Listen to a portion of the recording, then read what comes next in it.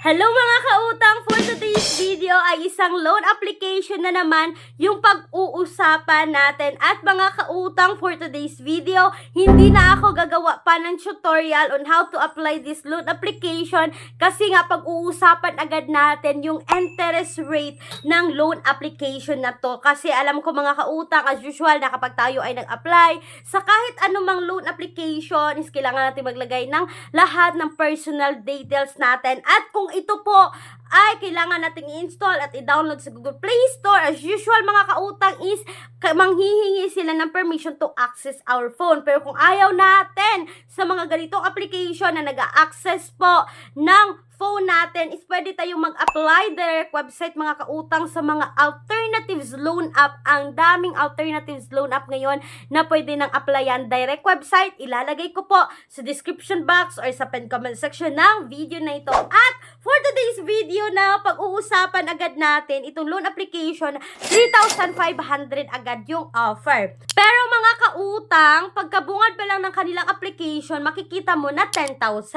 Pero ilagay na natin sa isip natin na hindi agad 10,000 yung makukuha natin, no? Kapag kayo ay first time loaner sa kahit man anumang loan application. So, after pong i-fill in lahat mga kautang yun ang hinihingi ng application na to, is dyan mo pa makikita yung offer. So, 3,500 yung offer dito mga kautang. At pagkatapos mong maklik yung 3,500, is dyan mo na makikita yung loan details ng isang loan application. So, mga kautang, bago ko i-share yung loan details ng loan application na to, ay, alam nyo ba, may good news ako sa inyo dahil tapos ko nang ilagay lahat ng pangalan nyo sa spin the wheel natin, no? Nalagay ko na lahat mga kautang. At abangan nyo po sa susunod uploads ko dahil spin the wheel na natin ito at mamimili na ako ng 20 kataon na mabigyan ng tig 100 pesos Gcash. Wow. At mga kautang, kapag aabot agad tayo ng 10k subscribers, ay mag-additional po ako ng 30 katao na makakuha ng tig 100 pesos Gcash. At ayun na nga mga kautang, no? Pag-uusapan natin at isi-share ko sa inyo ngayon itong si Pinoy Peso. Yes mga kautang, you heard it right. At alam ko na ang dami na sa inyo na nakapagsubok sa loan application na to kay Pinoy Peso na makikita po sa Google Play Store at nasa App Store din. At ito na nga mga kautang, 3,500 yung offer niya sa akin. Ang interest mga kautang ay 25 pesos. So sobrang baba ng interest. Pero mga kautang, meron po silang account management fee na 260 pesos. What? Nako, platform service fee na 370 pesos. At yung risk fee mga kautang na merong 320 pesos. Oh no! At hindi lang yan, kasi meron pa silang credit fee na 425 pesos mga kautang. So, pag ganito na yung makikita natin mga kautang, nako, ang sakit sa ulo. Kaya isipin mo mga kautang, no, nasa 3,500, no? Wait lang, mag-calculate natin on the spot.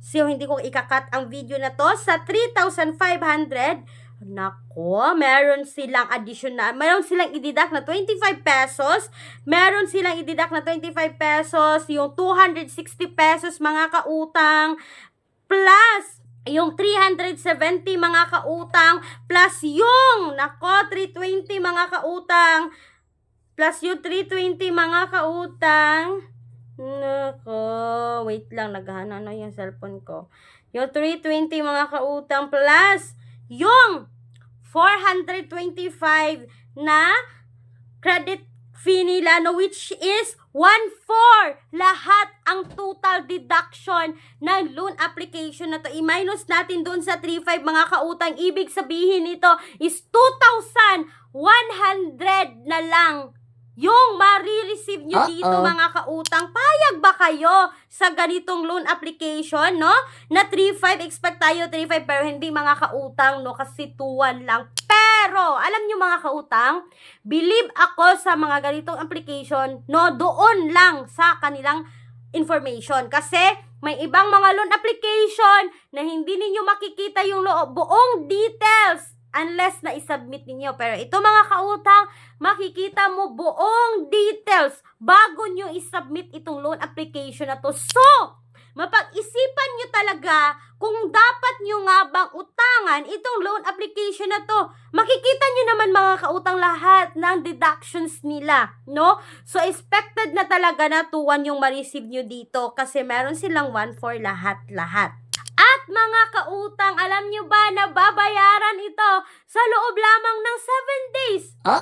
So, kalain nyo yan, napakalaki mga kautang. Kaya nga, meron tayong mga alternatives loan app na kapag hindi tayo dito, ay naku mga kautang, kapag hindi recommended is meron din namang mga recommended para sa akin, kagaya lamang ng Mabilis Cash, kagaya lamang ng Tala mga kautang, Digido, kay Finbroad, ang dami, no? Ang dami, meron pang Cash Express, I mean. Pero alam naman natin, di ba, na sa panahon ngayon, hindi talaga natin maiwasan na umutang. Lalong-lalo na kapag yung sahod natin o sinasahod ng mister is hindi enough, masyashort tayo sa budget, kailangan natin ng extra money, kasi malayo pa yung sahod, wala natin pambaon, wala pambili ng ano-ano. Mga kautang, maghanap tayo ng mga side hustles na pwede nating pagkakakitaan online. Kasi alam naman natin sa panahon na yun, na ang dami ng pwedeng gawin para kumita gamit yung mga cellphone natin through online lamang. Hindi nyo na kailangan pang lumabas ng bahay, mag-apply sa labas,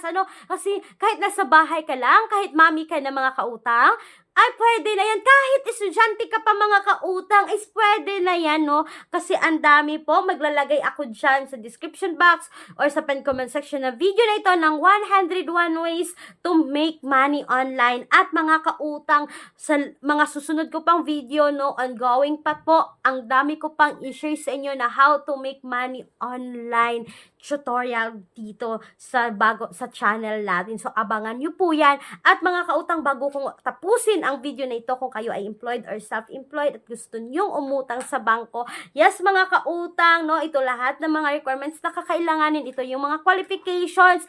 Kung meron kayong ibang katanungan dito, is you can email me right away, clarissa@gmail.com. So mga kautang, sana po ay nakatulong itong video na to. Si Pinoy Peso para sa akin mga kautang is hindi po recommended. Once again, this is Clarice, ang inyong number 1 palautang, dahil utang is life. Bye. Thank you for watching.